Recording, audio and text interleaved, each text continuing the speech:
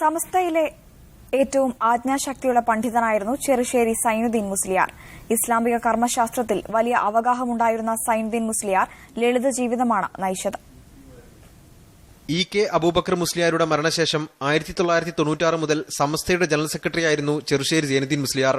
ചെറുശ്ശേരി മുഹമ്മദ് മുസ്ലിയാരുടെയും ബംഗാളത്ത് പാത്തുമുണ്ണിയുടെയും മകനായി മലപ്പുറം മൊറയൂരിലാണ് സൈനുദ്ദീൻ മുസ്ലിയാരുടെ ജനനം.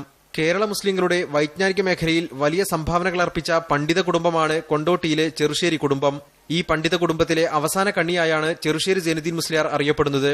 പിതാവും പ്രമുഖ പണ്ഡിതനുമായിരുന്ന ചെറുശ്ശേരി മുഹമ്മദ് മുസ്ലിയാർ, കെ സൈനുദ്ദീൻകുട്ടി മുസ്ലിയാർ, ഓവുങ്ങൽ അബ്ദുറഹ്മാൻ മുസ്ലിയാർ എന്നിവരുടെ കീഴിൽ മതപഠനം നടത്തി. 1977 18 വർഷം ചെമ്മാട് മഹലിൽ മുദ്രിസായിരുന്നു. 1996 മുതൽ ചെമ്മാട് ദാറുൽ അക്കാദമിയുടെ പ്രിൻസിപ്പളായി. സമസ്ത കേരള ജംഇയ്യത്തുൽ ഉലമയുടെ പണ്ഡിത സഭയിൽ 1980 മുതൽ സൈനുദ്ദീൻ മുസ്ലിയാർ അംഗമായിരുന്നു. ഇസ്ലാമിക കർമ്മശാസ്ത്രത്തിൽ ആഴത്തിൽ പഠനങ്ങൾ നടത്തിയിട്ടുള്ള സൈനുദ്ദീൻ മുസ്ലിയാർ സമസ്ത ഫത്വ കമ്മിറ്റിയുടെ മുഖ്യ ചുമതലയും വഹിച്ചു. സമസ്തയുടെ നാൾവഴികളിലെ സുപ്രധാനമായ ഒരു കാലഘട്ടത്തിൽ ശക്തമായ നേതൃത്വം നൽകിയ നേതാവായിരുന്നു അദ്ദേഹം. സംഘടനയിലെ യുവമുന്നേറ്റങ്ങൾക്ക് ആശീർവാദവും തണലുമേകാൻ സൈനുദ്ദീൻ മുസ്ലിയാർ എപ്പോഴും മുൻപന്തിയിലുണ്ടായിരുന്നു. മീഡിയ 1 കോഴിക്കോട്.